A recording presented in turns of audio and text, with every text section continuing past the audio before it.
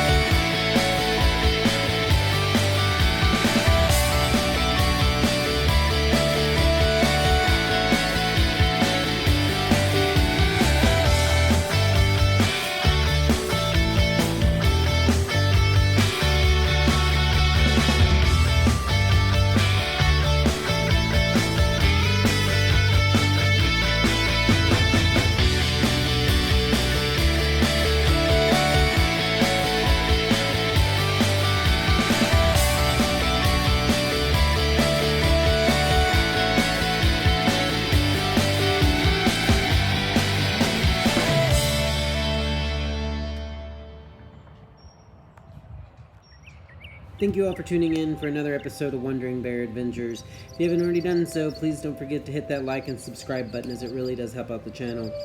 And I do want to dedicate this video to all the men and women who have lost their lives serving our country. Without them, we wouldn't be where we are today. See you all next week, and stay safe.